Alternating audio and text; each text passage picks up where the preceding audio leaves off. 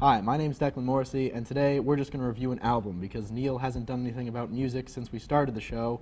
So, yeah, this one's going to be really long because, again, we haven't done one yet, so just kind of trying to get out there.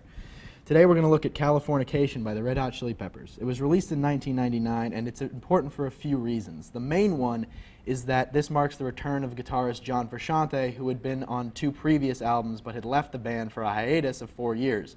Mainly because he hates fame, and he sunk into a pretty deep heroin addiction, which is also mentioned in This Velvet Glove and Scar Tissue, both of which we'll cover later. Anyway, the album opens with the song Around the World, which starts with a pretty heavy-sounding bass line, pretty fuzzed out and awesome. It's all about how you want to take someone that you love with you on a tour around the world, which, you know, everyone wants to do that. So it's a great song for that reason. The next song is called Parallel Universe, a song in which Anthony Kiedis, the singer, compares himself to 2 kinds of snakes, a Sidewinder and a California King, basically saying that he poisons every relationship he's ever been in, which is true to this point.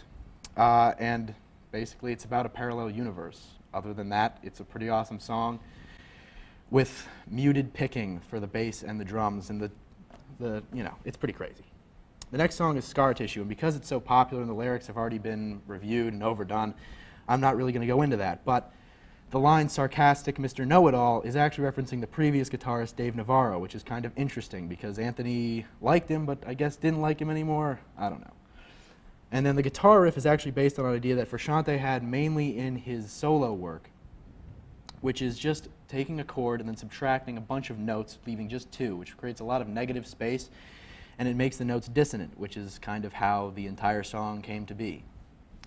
Other Side is the next song on the album, and it's a song all about drug addiction and getting through it, which both Anthony, the singer, and John, the guitarist, had experienced to this point. Get on Top is a song about how in life you have to take every opportunity you possibly can. Speaking of opportunities, I'd like to take this one, ask my wonderful girlfriend to prom. Liv Ranlett, will you go to prom with me? Yes. She just said yes, that's great. We're going to keep moving on with the segment. So the main riff of the song was composed by John Frusciante on the way to rehearsal while in his friend's car. He was listening to some Public Enemy, and then I guess a Public Enemy song sounds like this one does. I have no idea. I don't listen to Public Enemy that much. Anyway, the next song is Californication, which is all about how the evils of the California lifestyle and overall how too much money can lead to bad things.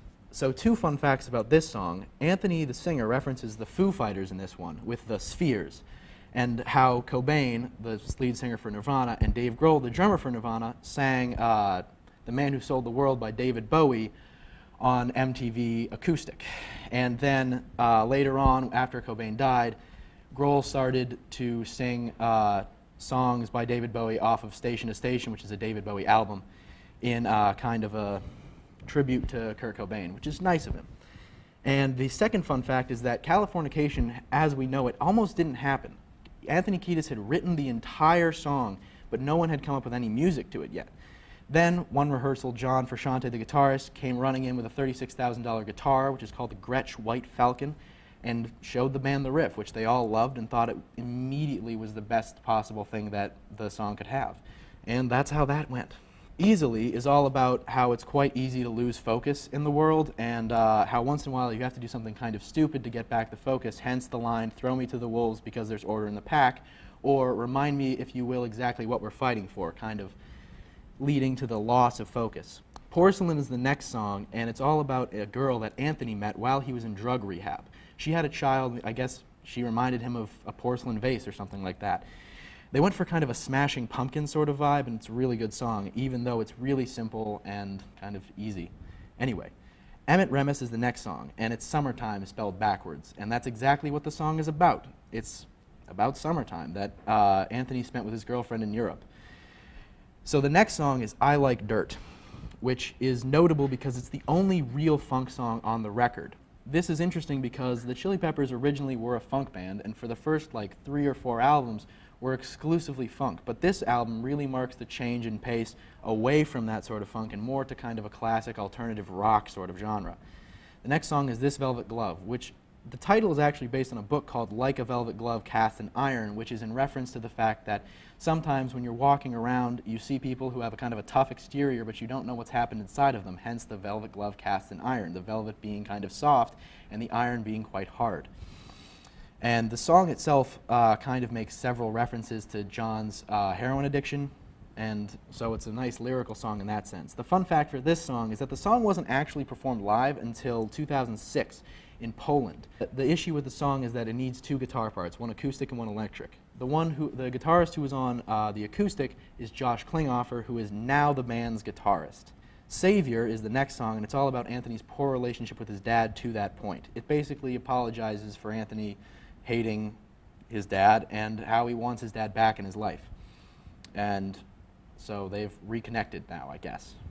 Purple Stain has an inappropriate subject topic that you can look up on your own, but it features the only drum solo in the entire 10 records that the Chili Peppers have released. It's the only drum solo that's on any single record. So, and the song is inappropriate for young minds like yourselves. Right on Time is about how some humans come into our lives just exactly what it says, right on time. So there's not much in-depth fun stuff to do. Fun fact for this one, they intro the song with the Clash song called London Calling in concert. Road Trippin' is the last song in the album, and it's all about a surf trip that Flea, the bassist, Anthony, the singer, and John, the guitarist, took and without the drummer. So the song actually lacks drums entirely. And so that's a fun fact about that song. And that's the entire Californication album. Thanks for listening. Goodbye.